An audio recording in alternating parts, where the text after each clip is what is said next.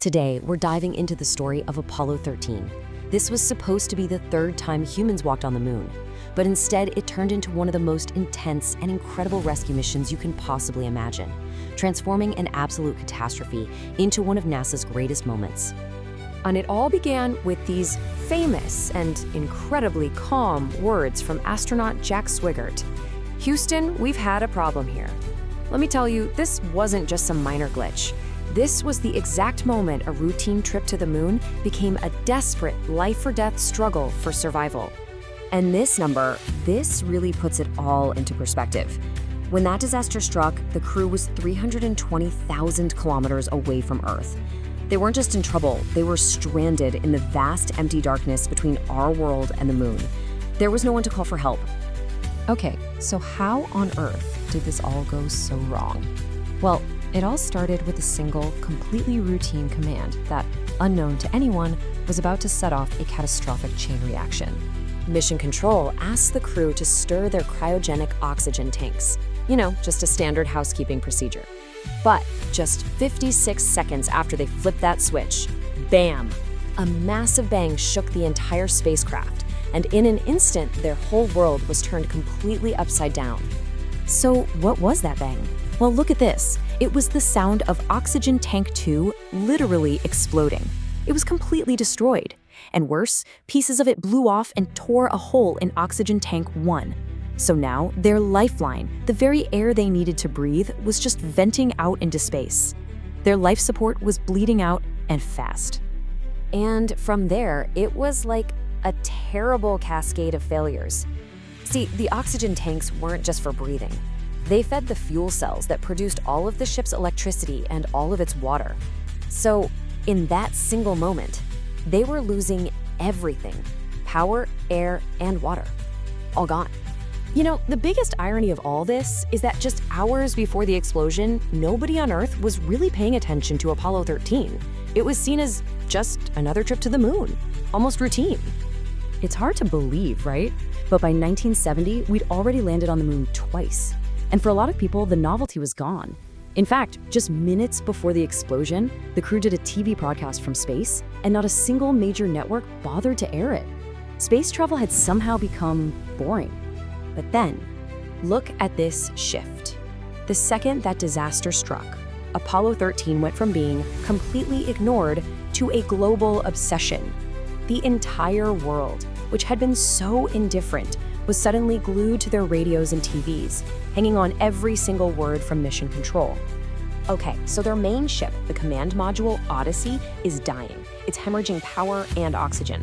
There was only one option left, and it was an absolutely audacious one: abandon ship and turn the lunar module into a lifeboat. Their only hope was this little ship, Aquarius. But it was a huge long shot. You have to understand, this thing was a delicate, flimsy vehicle built for one job: landing 2 astronauts on the moon for a couple of days. It was never, ever designed for a 4-day voyage through deep space. The challenge they were facing was just immense. Look at these numbers. It was a ship built for 2 guys. Now it had to keep 3 alive. It had 45 hours of life support, but they needed to stretch that to almost 90. It was basically like trying to cross an entire ocean in a tiny motorboat. So why not just turn around and head home? Well, that was impossible. They just didn't have the power. The only path home was actually the long way around. They had to fly all the way to the moon, swing around it, and use its gravity like a giant cosmic slingshot to fling them back towards Earth. But just getting into the lifeboat, well, that was only the beginning. The journey home became this constant, grueling battle for survival, with the crew and Mission Control facing one life-threatening problem after another. To save every bit of power, they shut down nearly everything. The temperature inside the cabin plummeted to near freezing. Water was so scarce, they were rationing it to just a few sips a day. And then, a new, silent killer started to emerge. The carbon dioxide from their own breath was building up to toxic levels. And this led to one of the most legendary moments of human ingenuity ever.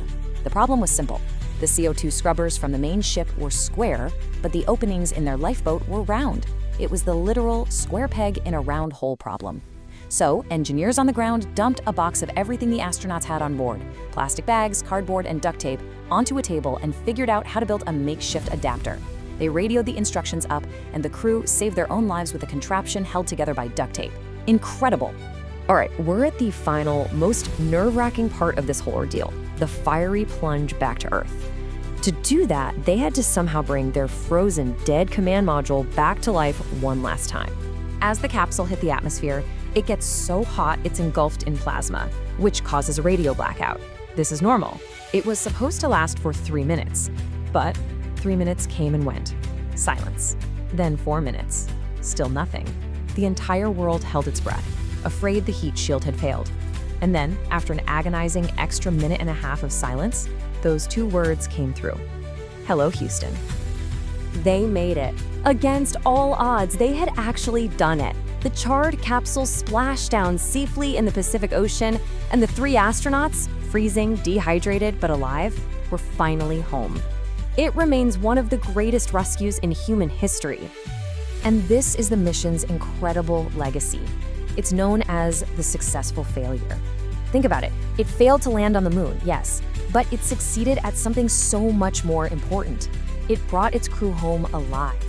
It became this powerful symbol of ingenuity, teamwork, and resilience under the worst pressure imaginable.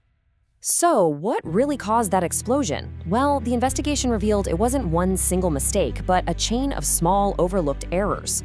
It started with a tank being dropped just 2 inches during maintenance. Then, months before the launch, wiring inside that tank got damaged during a ground test. This created a tiny hidden flaw, a ticking time bomb just waiting to go off, which was somehow missed by every safety review. The story of Apollo 13 is just an amazing testament to what humans can achieve in a crisis. It taught NASA so many hard lessons, forcing a complete overhaul of its safety culture. But it's also a powerful reminder of just how incredibly dangerous space exploration is. And it leaves us with a question we're still grappling with today as we plan to go back to the moon and even further. Are we ready to take that risk again?